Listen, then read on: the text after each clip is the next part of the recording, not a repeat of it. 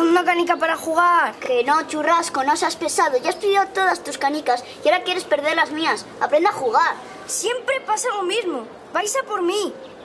Que no. Espera un poco, que ya terminamos. Venga, lechero, espabila, que empiezas tú.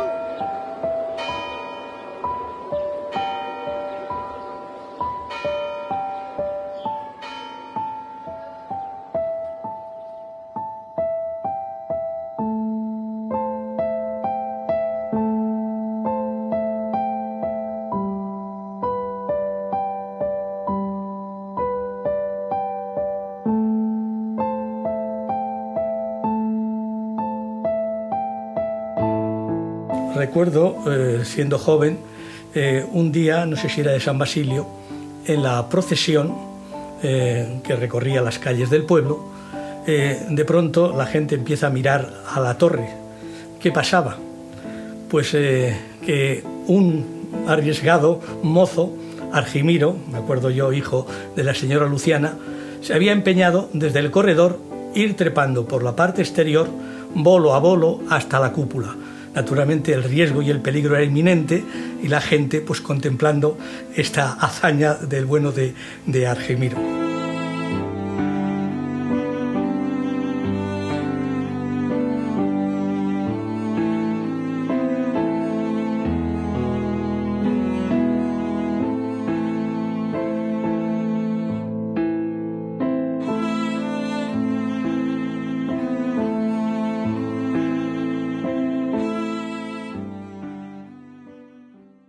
La mejor foto que tiene la iglesia de la Seca es según se viene por la carretera de Foncastín. Y es un espectáculo, pero enseguida notas que para el amarraco de iglesia que es este, pues que la torre queda, aun siendo inmensamente alta, queda flojona. Le faltan esos 14 metros que era la clave para en fin, verse y lucirse y tener ya unas medidas más o menos compensadas. La iglesia que tenemos ahora se edifica sobre una primitiva iglesia. Es Gil de Ontañón a mediados del siglo XVI cuando empieza a hacer las naves, pero en concreto es en 1688 cuando se inicia la construcción de la torre. Va a ser Pedro Poncela uno de los que inician esa construcción. Va a construirse en la parte del Evangelio del altar mayor y es un cuadrado. La idea que tiene es de que esta torre tenga tres partes, tres plantas. La primera planta de forma cuadrangular, y que contiene las campanas. Después terminaba con un corredor y luego tenía otras dos partes que son las que se cayeron ese fatídico 30 de enero de 1962. Esta torre es una de las giraldas que podríamos llamar de Castilla y León. Los que trabajaban en tierra de Medina están en pugna por construir también otras giraldas parecidas en pueblos próximos, como son las torres de Alaejos y las torres de Matapozuelos. Esta torre tan bonita ha sido la que ha presidido un poquito esa presencia de nuestro pueblo, viéndolo desde los lugares cuando se acercaban a verlo.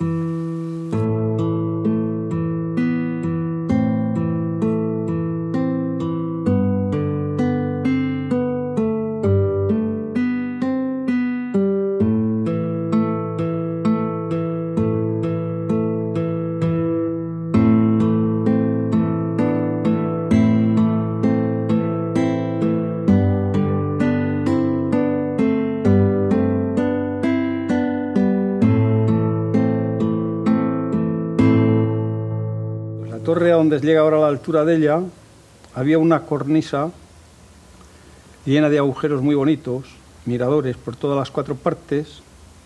Encima había una cúpula en la cual estaba establecida unas filas de bulos muy bonitas para arriba. Eso era otro cuerpo por encima de todo esto que te estoy diciendo, y encima del todo cerraba una bóveda pequeñita con 2 o 3 metros de altura, muy bonita, la que cerraba la veleta de la torre. De todas formas, si os habéis fijado, nuestra torre es una torre muy curiosa, muy atípica. No tiene ningún lado igual. No tiene ningún lado igual. Está como la iglesia, a trozos. No es que esté hecha a trozos, vamos. Que hicieron los huecos según las campanas que disponían. No es que dijeran, bueno, vamos a hacer pues como la torre de Rueda, sin ir más lejos, la de Rodilana, la de Pozaldez, las torres de los pueblos de alrededor, la de Serrada, que tienen las 4 caras con los 8 huecos exactamente iguales. Aquí no, mira. 2 les hacemos pequeños porque en uno sube la escalera que sube al corredor que decíamos nosotros, que es donde está ahora el techo de la torre. Y ahí ponemos 2. Luego ponemos la caja de la herramienta del reloj y tapamos 2 huecos. Y bueno, y como ponemos el reloj, pues uno queda más alto que el otro. Después, pues dentro de esos 2 huecos, uno está más alto que el otro, pero uno es más ancho que el otro. En la zona donde están las campanas, por encima de lo que es la iglesia, tenemos la campana María, que es inmenso el hueco, y luego tenemos la esquila, que es un hueco pequeño. Digamos, la torre la hicieron con los agujeros para las campanas que había, ¿no? Y lo bonito que tenía es el remate, la cúpula. Y eso era precioso. Arquitectos y albañiles de la zona de Medina del Campo adquieren este estilo, un poco quizá imitando torres del sur. Por eso vemos todos estos pueblos próximos que construyen y rivalizan quizá en tener estas torres tan esbeltas y tan bonitas como las que podemos contemplar todavía en otros pueblos. Lástima que la seca la hayamos perdido en ese día.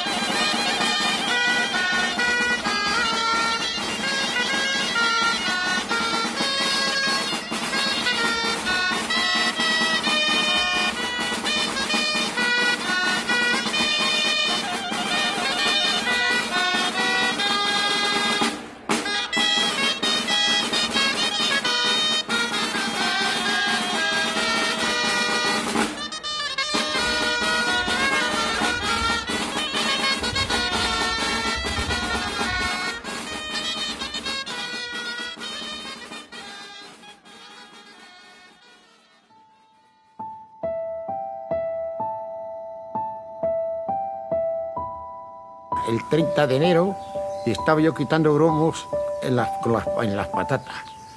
Y yo oí esos ruidos tan grandes. Digo, vamos, hijo. Y, papá, ¿qué ha pasado? Digo, vamos, hijo, vamos, vamos. Y yo salía con él de la mano pensando en hundirme a la bodega. Y cuando sale mi mujer y dice, Isidro, se ha caído la torre. Ya respiré. Ese día concretamente me tocó a mí tocar las campanas a la novena. Subíamos los monaguillos que no teníamos que ayudar al cura, tocábamos las campanas, los toques, no volteábamos porque no podíamos voltear las campanas, pero bueno, armábamos el alboroto típico y llamamos a la novena. Terminado eso, como no tenía nada que hacer, me fui a casa de mi abuela, que vivía entonces enfrente donde vive hoy Julio el de Santerín. Ahí, pues a merendar, a por la pastilla de chocolate y el cachopán, como digo yo. Y estando merendando, ya bastante tiempo después, con la ventana con mi madre y mi abuela, pues resulta que oímos el estruendo, la polvoreta impresionante, vimos salir corriendo a Emilio, el de la señora Isidra, corriendo entre todo el polvo allí, y de repente que ha desaparecido la torre.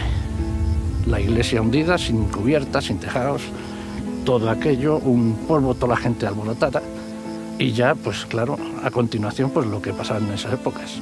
bueno, en esa época sin esta, todos alrededor a ver qué había pasado. Y los niños como niños, por lo más curioso, queriéndonos meter pues en cualquier sitio.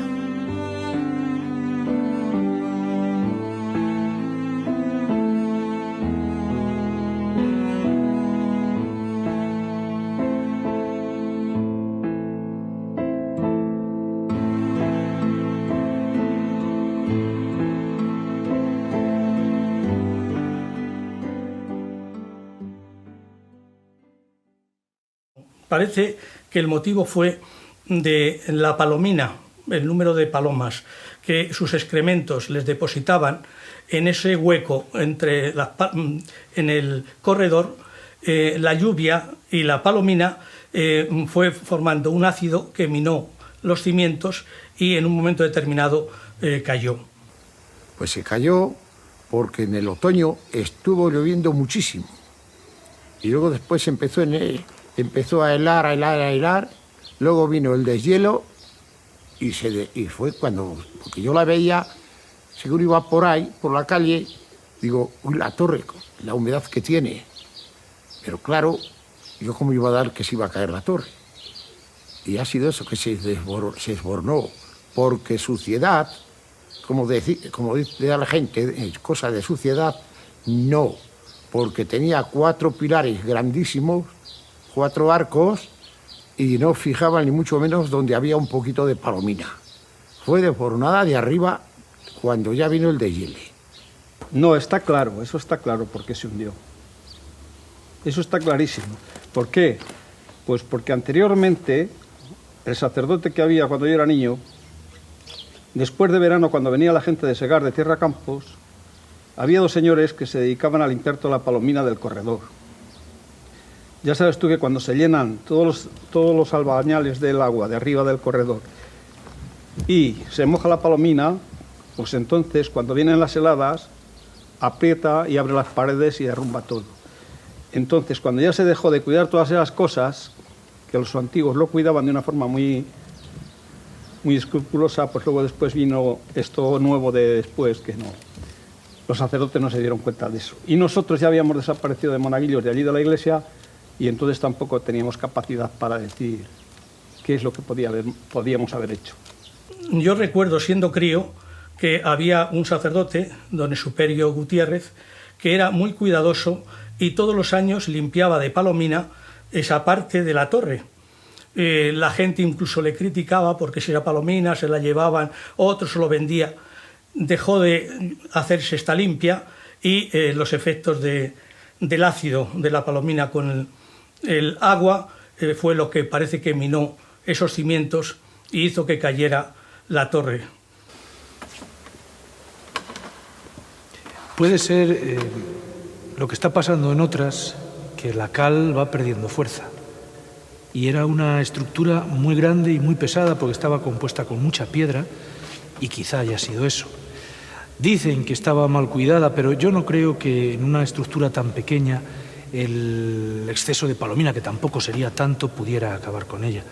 Tiene que ver con la cal y, en fin, y el tiempo. Que se podía haber solucionado perfectamente, limpiando las palominas. Si hubiera caído, pues creo que no. Porque el hielo y la humedad es la que revienta toda la cal, porque esa torre, tanto como todas las cosas de la iglesia, están hechas con cal y ladrillo. Entonces la cal se abre y es lo que creo que sucedió en todo esto. Y lo hemos comentado todos los vecinos. La torre que, por desgracia, por suerte, no cayó en otra parte donde hubiera podido causar alguna víctima. Pero tuvimos la desgracia de que cayó sobre el altar mayor. El altar mayor, que era una obra de Alberto Churriguera precioso y que quedó prácticamente destruido al caer ahí. Cuando ya vino el deshielo fue cuando se cayó a las 6 de la tarde. Y el día antes habíamos estado probando el macho que había comprado yo. Y resulta que estuvimos tapando ahí, enfrente de la Orden Tercera, un hoyo ahí, porque se paraba el agua, y luego después paramos ahí a la puerta de la torre, hablando Felipe Cepas, el cura, don Félix y yo. El mismo día, el día antes a las 6 de la tarde. Si se llega a caer, Nos mata a los tres. Bueno, pues yo había venido de la huerta, de allí de la carretera Rodailana, y me puse a ordeñar las ovejas de mi padre. Y cuando llegaba a la mitad, se sintió un estruendo muy fuerte. Y ¿qué ha pasado, qué no ha pasado? Pues salí a la puerta de la calle. Salí a la puerta de la calle y dije, anda, si parece que hay humo, si no hay torre. Y era el polvo que se había levantado al caerse de la torre, el estruendo que pegó, pues entonces fue cuando vi que no había torre. Dice mi padre, pero ¿cómo no va a haber torre, hombre? ¿Cómo no va a haber torre? ¿Quién dice que? Vete a la casa vieja y míralo desde la huerta de la señorita Isidra. Y entonces de la huerta de la señorita Isidra se veía perfectamente toda la torre y no había torre, se había caído.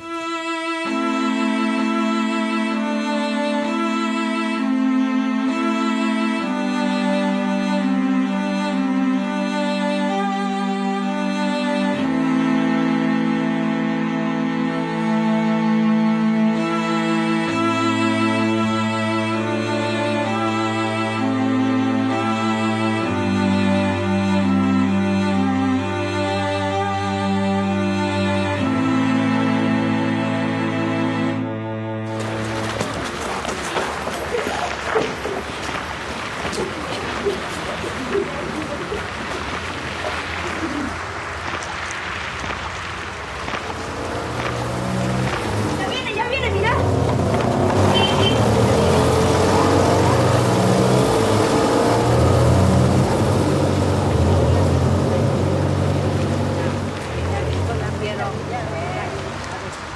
No sabía que el padre María tuviera un 600. No tiene uno, tiene dos. El otro lo tiene en la cochera. Es el rico del pueblo. ¿Y para qué quiere tantos coches? Va todos los días a Medina. Pues mi padre se va a comprar uno igual. Sí, anda. Sí, en verano podemos ir a merendar al río y a la playa Santander. El otro día pregunté a mi padre por qué no se compraba uno. ¿Y qué te dijo? Que para qué querríamos un coche si no teníamos que salir del pueblo para nada. Pues para eso. Es lo que le dije, pero me dio una colleja. De mayor voy a ser mecánico de carreras. ¿Pero qué vas a ser tú si no eres capaz de ganar una sola canica? Ya se va. ¿Oís? ¿Oís cómo suena? ¿Pero cómo va a sonar? Como un coche.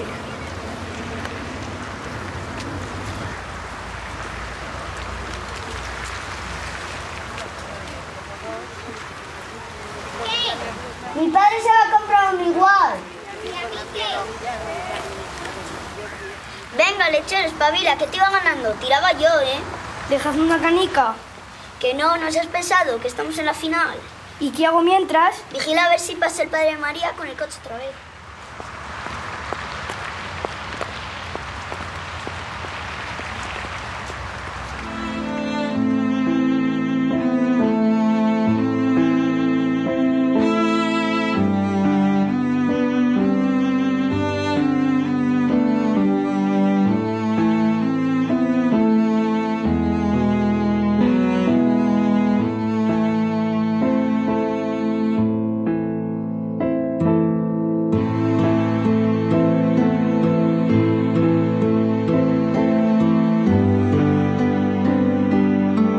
Llegando al ayuntamiento fueron los que vieron el fuego, los primeros, y salieron con un camión por todo el pueblo tocando la bocina, bofeando que había fuego y eso. Sí, entonces. Y luego al año siguiente fue cuando se entró las torres. Pero vaya caso que nos ha pasado, ¿eh? Se nos cae la torre, pero bueno, estamos en desgracia aquí. Es verdad. Esa frase había. ¿Quién iba a decir que se iba a quemar el ayuntamiento y que se iba Con lo a bien que caer, estaba el y luego que se iba a ayuntamiento. caer la torre al año siguiente?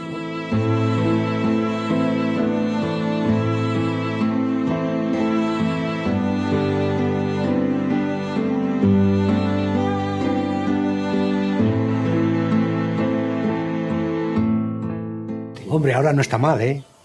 Ahora está muy bien, ahora le han quedado Porque bien. ahora ha quedado estupendo. Pero entonces esto estuvo muchos años nada más con el tejado puesto, Nada más. el salón de actos y El todo sombrero, eso. nada más el Nada más estaba el sombrero. sombrero Estaba puesto, lo otro nada. Al esqueleto. Ahí cuando yo no sé, como cuando presidían los novillos que tenían que entrar allí, que estaba todo como que había habido fuego. A ver, pues como un hospital robado. Que antes el salón que tenía era muy bonito, ¿eh? Sí. Tenía un salón. Todo él era muy bonito. Salón. Le falta una cosa a la fachada. Porque antes del fuego ponía en la ventana central, si te acuerdas tú, no os acordáis vosotros. No me acuerdo yo. Ponía... Plaza de España. Sí. Y con el fuego pues se borró. Y mira que, digo, a ver si lo pusieran esto, por lo menos que volviera a estar como... El balcón central. En el medio. En el medio, que está en el medio. Está el cuadrito arriba y ponía Plaza de España. La Seca era muy importante dentro de la provincia de Valladolid, era el segundo pueblo con más desarrollo de todo tipo, ¿no? Demográfico y de actividad, ¿no?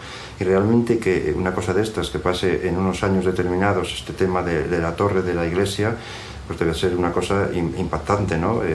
Además veníamos de un año donde pues justo el año anterior se había quemado el edificio del ayuntamiento, que está muy próximo a la zona, o sea, fue una verdadera desgracia en ese momento. Y estamos hablando de edificios muy representativos. La iglesia tenía una torre espectacular, el retablo que había dentro de la iglesia, churriguera, bueno, pues eran valores a tener en cuenta. Y bueno, el ayuntamiento que se quemó un año antes era Rodrigo Giles Doñón, que también era un fuera de serie en ese momento de la época, ¿no? Pues que fue una ruina muy grande y entonces pensaban que, como del asunto de la iglesia y lo del ayuntamiento que se nos quemó, pues que era una desgracia muy grande para el pueblo y que no sabíamos cómo íbamos a soportar la cuestión y a poderlo superar. Bueno, fueron duros golpes los que efectivamente recibieron y decía, bueno, pero ¿qué nos pasa? Que parece que año tras año estos edificios emblemáticos y una serie de circunstancias están haciendo pues que la Seca pues vaya perdiendo estos monumentos. También se había iniciado ya en el 50 la emigración, pero sin embargo la Seca lo afronta con cierta valentía. Bueno, yo creo que hubo gente que sufrió mucho, porque no es que se caiga la torre, es que les hunde la iglesia. Les hunde la iglesia y ya la Orden Tercera estaba casi condenada. Es decir, un pueblo con un patrimonio tan gigantesco como el de la Seca, un pueblazo como este que lo ha sido, y que de golpe y porrazo se queda sin iglesia, sin torre. La Orden Tercera empieza a deteriorarse de una manera además ya vertiginosa. Es que tuvimos una concatenación de desgracias en la Seca, que fue el quemarse el ayuntamiento. Al año siguiente se hundió la torre y al año siguiente se empezaron a hundir las casas. No nos olvidemos que fue así. Además. Pero era una situación dura porque también es verdad que se hundía. Las casas se las estaban tragando las bodegas, Y la economía, hombre, no había despuntado el viñedo en las condiciones en que está ahora. Y la gente andaba apurada. Tú piensas que además es el momento de la gran huida. De 3.000 y pico habitantes, esto quedó en 900 o 1.000. Pues ya ves, la gente, pues como luego ya no empleaban a la gente también, pues se fue marchando para Bilbao, para Barcelona, para Madrid. De hecho, se marchó mucha gente fuera. Por esas épocas se marchó mucha gente fuera. Influiría pues que no había trabajo, que había mucha gente obrera, que no había trabajo para todos. De hecho, mucha población de la Seca está fuera. Madrid, Bilbao, muchísima gente en el País Vasco de la Seca y en Madrid. La Seca ha sido un pueblo vitícola. Es un problema que entonces la crisis del viñedo estaba aquí y llegó con toda su fuerza. Entonces aquí la Seca, como Rueda, como Nava del Rey, siempre tenía mucha gente obrera, porque necesitaba gente para labrar sus majuelos. Y era una época en que ya el viñedo no era rentable. Era una crisis del verdejo, se trajeron otras variedades, Jerez Palomino, Viura, porque eran más problemas. Había poca afinidad con el verdejo, con los portainjertos. Todo eso iba ligado a todo en común, es decir, que no es solamente una causa, eran muchas causas. La gente se iba de su pueblo y realmente el pensamiento dice: se me quema el ayuntamiento, se me cae la torre, se hunden las bodegas. Los que venimos de fuera parece que es que era una maldición del pueblo. Es decir, yo llegaba a este pueblo ya cuando se había quemado el ayuntamiento, la iglesia se había caído. Yo no he conocido al hospital, la iglesia de los franciscanos estaba caída y tal. Entonces dices, ¿dónde te metes? ¿No? Que parece que es una cosa... Bueno, y entonces yo creo que es la crisis que hay en aquella época de los años 60 y tantos, 70 y tal, que estamos pasando de la parte agraria a la parte industrial. Y entonces, claro, también cuando ha vuelto a resurgir este pueblo ha sido con el viñedo, ¿no? y es que ha vuelto otra vez la gente a cultivar lo que es propio del pueblo. Y claro, pero todos conocemos a mucha gente, como dice Pipe, que se ha salido del pueblo. Debido a la bodega cooperativa que se construye en 1935, la que mantiene el viñedo en aquella zona.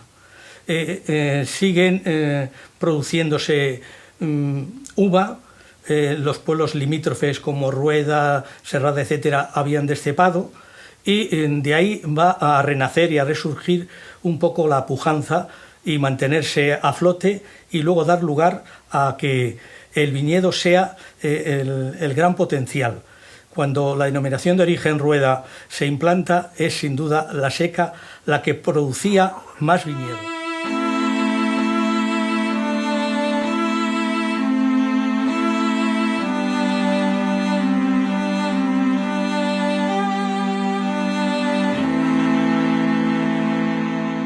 Había de polvo en el órgano como un dedo largo de polvo. Una barbaridad, igual que una niebla cerrada. Igual.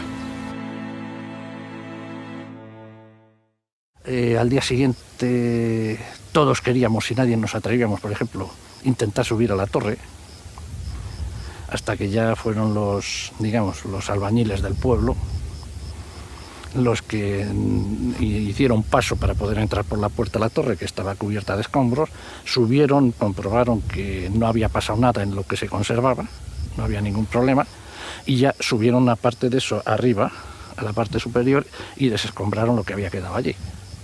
Pues eso estuvo bien organizado, porque más o menos, sin casi nombrarte el ayuntamiento, ya sabías, te habían puesto una lista en la cual teníamos que acudir las calles, cada 2 días una calle del pueblo. Y acudió todo el pueblo a retirar escombros y a arreglar el problema momentáneo. Los niños de la escuela, como digo yo, los mayores, ya íbamos con un cuébano de los de ir a vendimiar, subidos por las montoneras del interior de la iglesia, cogiendo los trozos de retablo y echándolos allí para llevarles a almacenar.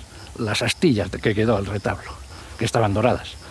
Así hasta que con carros y remolques se desescombró la iglesia. Lo retiramos entre todos. Yo tenía un macho para vender el pan, enganché un carro y echaba muchos viajes. Me lo llenaban enseguida, llevé yo con el macho a tirar los escombros. Los tractores tardaban más en llenar, pero yo echaba muchos viajes por la tarde. Anda, que no quitamos escombros encima de San Basilio todo ese cúpula que hay. La cúpula esa de San Basilio, había que ir arrimando los escombros y tirarlos a la iglesia, por el hueco que había hecho a la iglesia. Lo que no a la iglesia, al cuarto de los hacheros, que estaba caído también un hueco. Estaba también caído. Los que tenían obreros, prestarles para que en lugar de ir a trabajar a las fincas, pues fuesen a ayudar a desencombrar, a recoger los restos que no se habían estropeado, a almacenar imágenes, a hacer un servicio, de ayuda a recuperar lo que se podía. Y así se estuvo durante, no recuerdo, yo calculo que podrían ser 3 semanas, porque hay que tener en cuenta que entonces no había ni carretillas de estas minis ni nada de esto, y todo era a base de, como máximo, poder meter los remolques con mulas al interior de la iglesia y cargarles a mano, y a las mulas no les podían meter mucho. Tercer día o cuarto día empiezan a organizar que hay que limpiarlo. Hay que sacarlo de los escombros. Empiezan a avisar a unos y a otros, ya avisaron a la bodega y nos mandaron a 4 o 5. ¿No? Bajamos. Yo sí que bajé. 5 por lo menos. Estaba ahí donde está ahora la iglesia. Manolo, que para descanse. En esa capilla que había, que se llenó toda ahí. Se llenó todo de escombros, tirando los escombros desde eso. Y Carlos. Luego había gente con carros sacando los escombros, había, claro, pues ya ves. Toda gente. Toda la gente a colaborar. Ya ves lo que se cayó encima el tejado y el retablo, que cayó encima el retablo, estropeó el retablo, estropeó el púlpito. Pues he oído yo que el retablo no la tocó la campana. ¿No? Ya ves lo que son las cosas. La campana cayó. Sí, la campana estaba en la iglesia. La campana del reloj estaba en la iglesia. Pero cayó parte acá del hueco de San Jerónimo. Y al retablo no le tocó para nada. Entonces, ¿cómo estaba el retablo estropeado? Porque hubo golosera y se llevaron las cosas bonitas. Todas las imágenes de todos los retablos se recogieron y se metieron en la sacristía y en las capillas que se podían cerrar. De tal forma que, como se había hundido las paredes, por ejemplo, por el centro que hemos estado hablando antes, se podía entrar a la iglesia, no había puertas ni pared. Entonces se podría entrar y era muy goloso. Entonces todos los objetos de valor se guardaron o bien en la sacristía y lo que tenía menos valor en las capillas, como la del Arpaz o la de San Juan Bautista. ¿Y esas imágenes que había tan grandes? Que se fueron de viaje. Eso digo, ¿dónde? Nuestra Señora de la Asunción, que estaba arriba, se fue de viaje. Los evangelistas se fueron... Varían a Bilbao, entonces era como... Dos que habíamos sentados, claro. Uno a un lado y otro a otro. Que era lo típico. Era lo típico, y que se han marchado a Bilbao.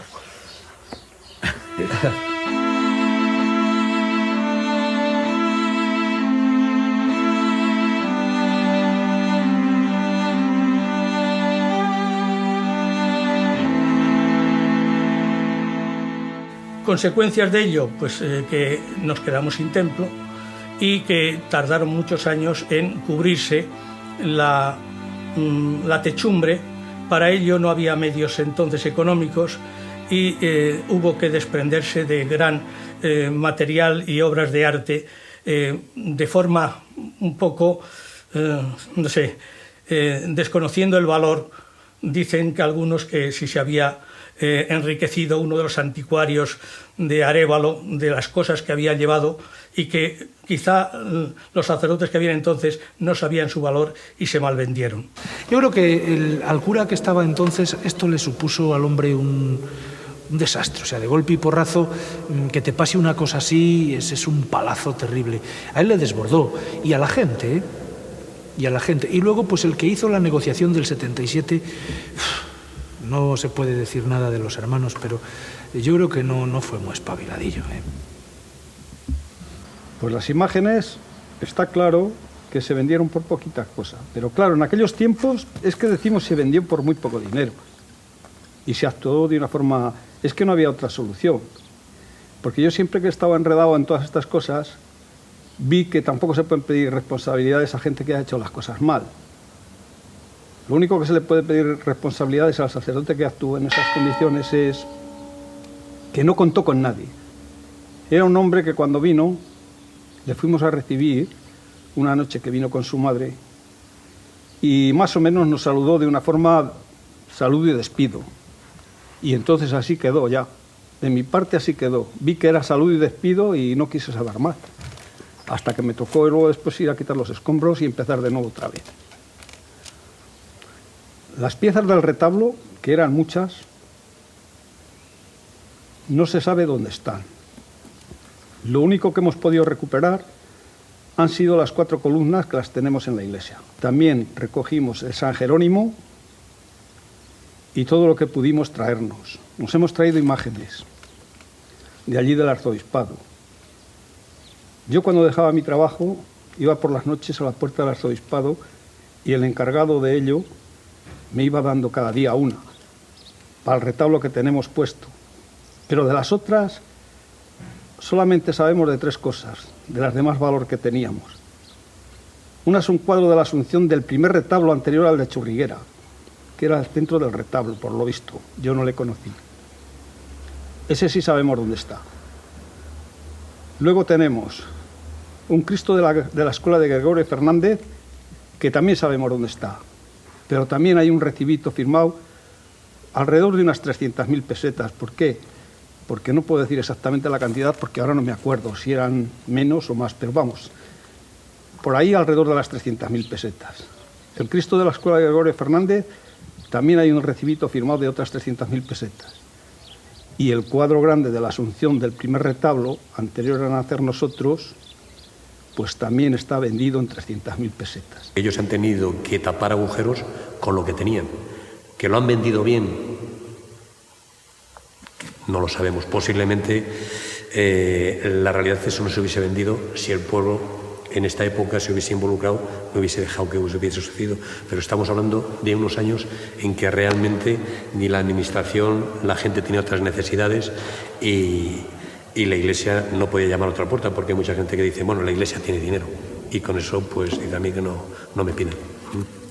decir, nosotros sabemos de piezas que sí que se han vendido y el precio que han costado y a dónde se han vendido. Otras sabemos el precio, pero no sabemos dónde están.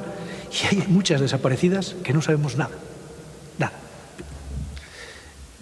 No las hemos pillado la pista, no se han vendido, no constan como vendidas, no están en ningún sitio, aquí tampoco. Eso se encargó el señor cura. Eso se encargó don Octavio. De guardarlas. ¿No? Sí, don Octavio. Se llevaron muchas imágenes de aquí. Fue el que las custodió. Vino un anticuario, esta para mí, esta para mí, esta para mí. Se llevaron hasta... Aquello que el farol, aquel... No, ¿cómo se a ver llama? si... Los cuadros de la... que ha quedado... La sacristía, sacristía. unos cuadros que debían de ser de mucho valor. Se les dijo, de mucho valor. No nos lleves más. Y pusieron una estampa como de un calendario. Ahora queda No, precioso. pero luego las imágenes están viniendo ahora, ¿eh? Se han traído muchas con este... No había muchas, no sé si vendrán todas. Algunas ya son muy mayores. No, pero y no Que no, hombre, que no, que han venido que no eran de aquí. Las que, a que no ha vuelto el crucifijo que había a orilla San Basilio. Tan No, precioso ese que está- había. No sé si está en Valladolid.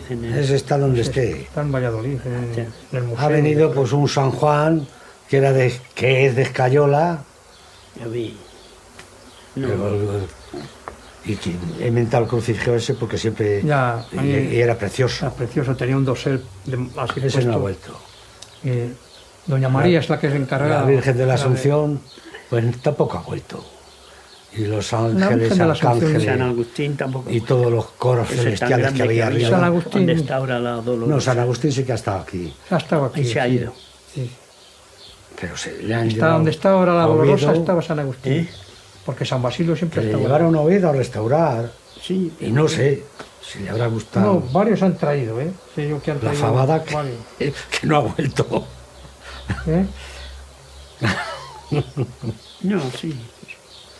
Bueno, Está todavía ¿Qué allí. cosas pasan?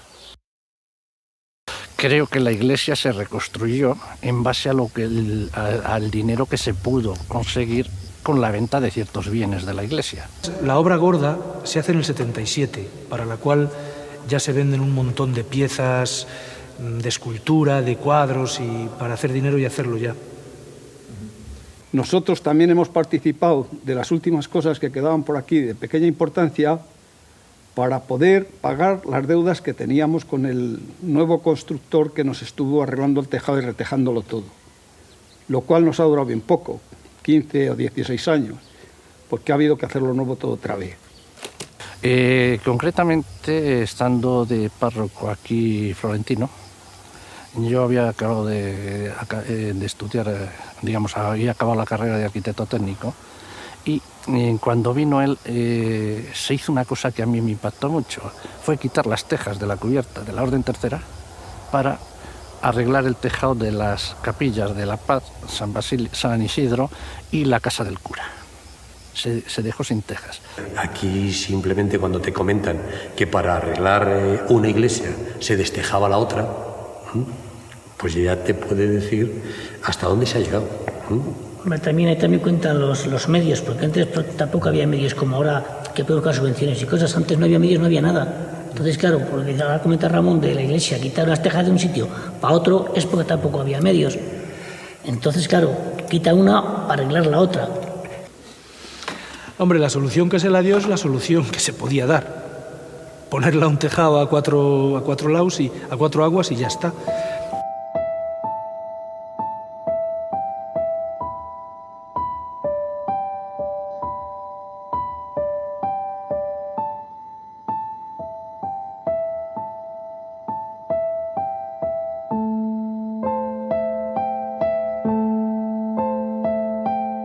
La primera misa, por ejemplo, que hubo el primer domingo que se celebró misa después de hundirse la iglesia, pues ya se hablaba, sin haberla desescombrado, sin ver prácticamente, de lo que costaría el rehacer el altar mayor. No se hablaba de la torre tanto como del altar mayor. Y en aquella época recuerdo que don Félix el cura pues soltó que costaría sobre 1 millón de pesetas volver a hacer el altar mayor. Recuerdo que como niño decía, bueno, si somos 1000, solo tocamos a 1000 pesetas. Claro, en aquel momento no me daba cuenta, en mi cabeza no cabía que, por ejemplo, mi padre cobraba 500 pesetas al mes y teníamos que vivir 10 de las 500 pesetas.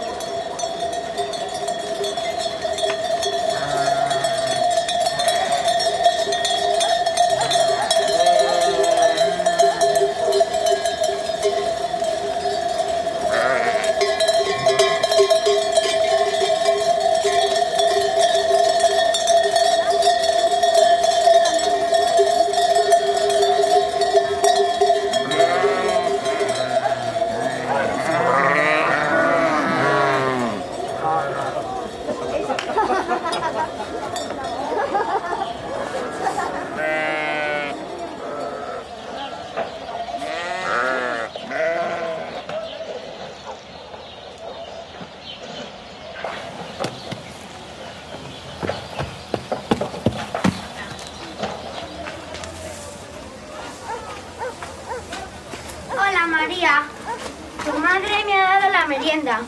Gracias. ¿Qué es? Chocolate. ¿Has visto que el lechero está venga a mirar? A mí. La semana pasada en La Paz no dejó de mirarte. Eso es mentira. Y mira, no te deja de mirar. ¿Te has fijado? Va, es un bobo.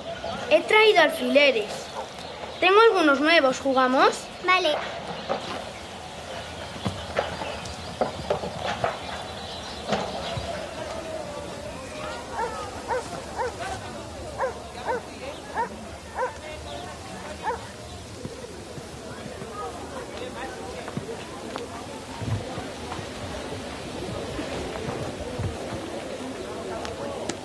Nada, te toca. Se pasa el día en la lechería. ¿Quién? ¿Quién va a ser? Carlos, el hijo del lechero. ¿No va a la escuela? Dejó de ir hace un tiempo. Ahora trabaja en la lechería con su padre. Salieron los dos. ¡Gané!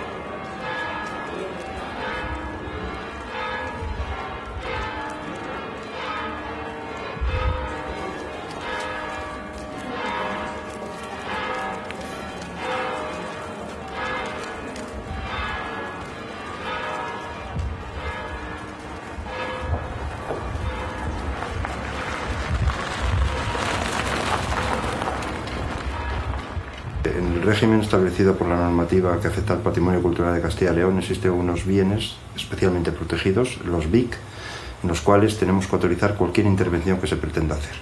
Una persona no puede ver que hay algún defecto y se pone a la ligera a actuar. No, tenemos que tener conocimiento y dar autorización para hacer las intervenciones necesarias. Cuando el BIC no está con esa categoría máxima, con esa protección máxima, luego existe una segunda categoría que llamamos bienes inventariados y una tercera que es el resto, que en este caso es el que se encuentra en la iglesia de la Seca.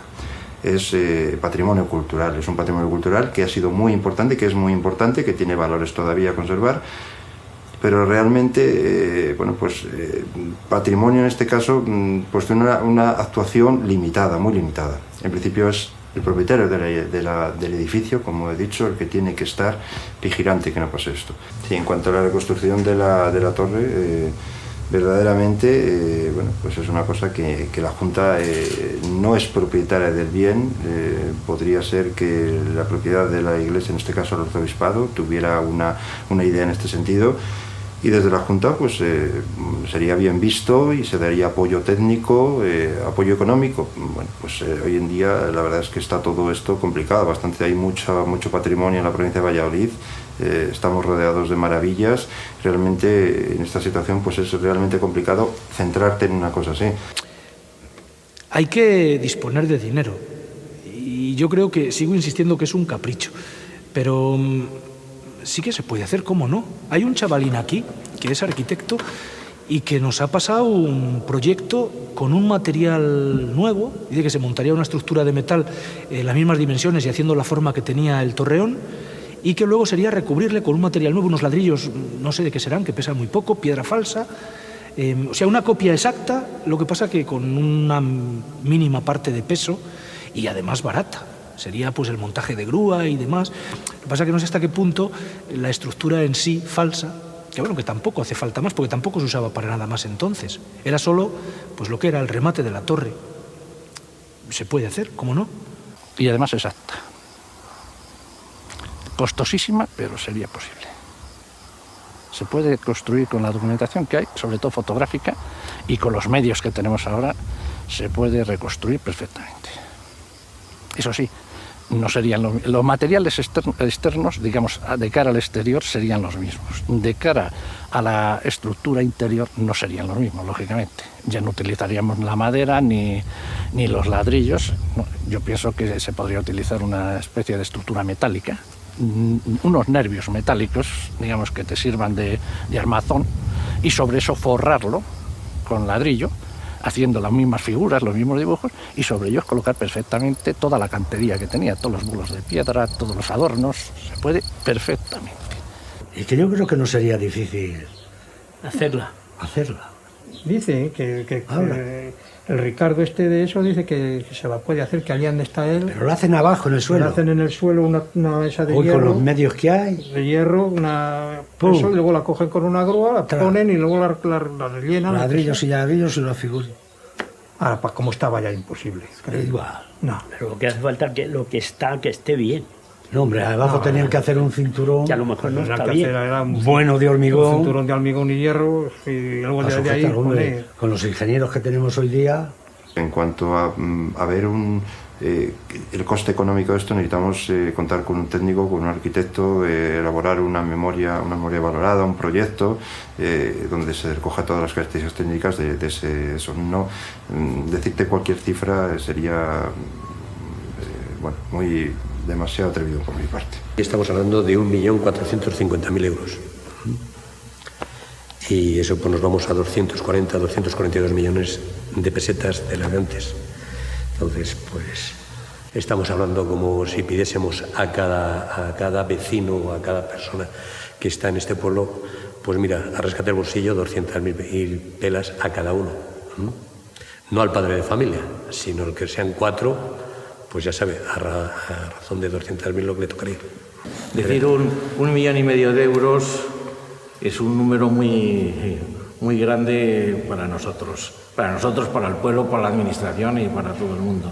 A lo mejor, como ha dicho Ramón, es una ilusión. Y para ser realistas, a lo mejor ese 1 millón de euros, 1,5 millones de euros, a lo mejor hay otras iglesias que necesitan a lo mejor más, porque esto a última hora está bien que se arregle y ojalá se arregle, pero no deja de ser un capricho, y que habrá iglesias como la nuestra, hasta hace poco, que caía al agua estando en misa.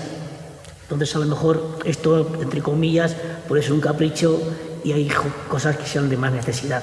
Habrá que contar a la fuerza con la administración. Si alguna vez esto tiene alguna solución, tiene que ser la administración, porque nosotros con nuestras fuerzas no podemos.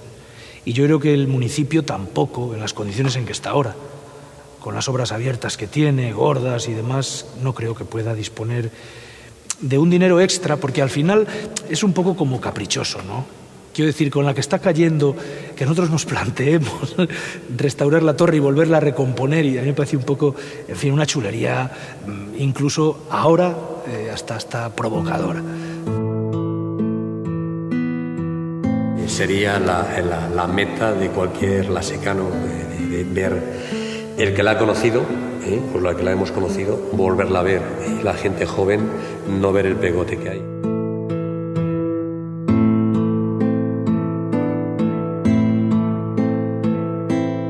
La verdad es que fue impresionante el susto que nos llevamos y sobre todo, bueno, Reyes es más, por simple hecho que tenía, yo me acuerdo muchísimo de la piedra que cayó en la misma puerta de tu casa. Eso me acuerdo que fuimos como locas corriendo y vimos una piedra, pero que el milagro fue que no cayera encima del tejado. Es que no tocó la casa, nada, o sea, esa piedra a la puerta y otra que me parece que cayó en el patio también, en el corral.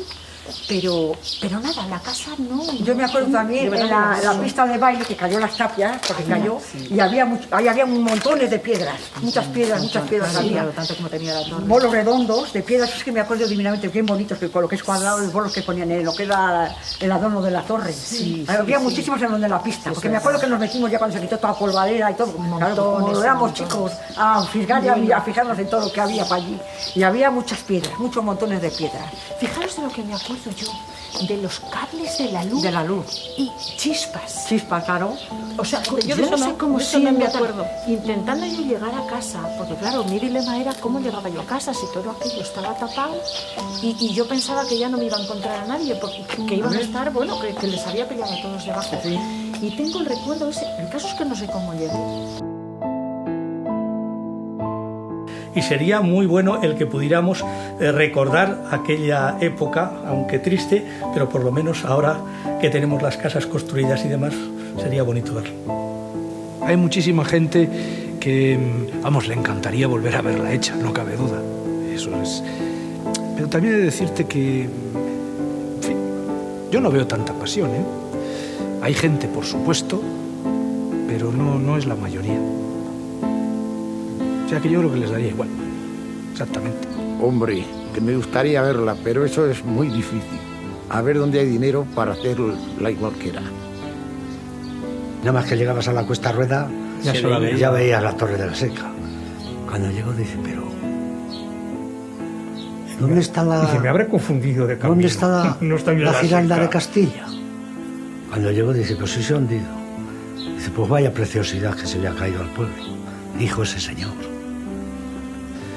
Y habrá mucha gente que se sentirá orgullosa de volver a ver el remate arriba, y a otros pues no les significará nada. Somos así los humanos, ¿eh?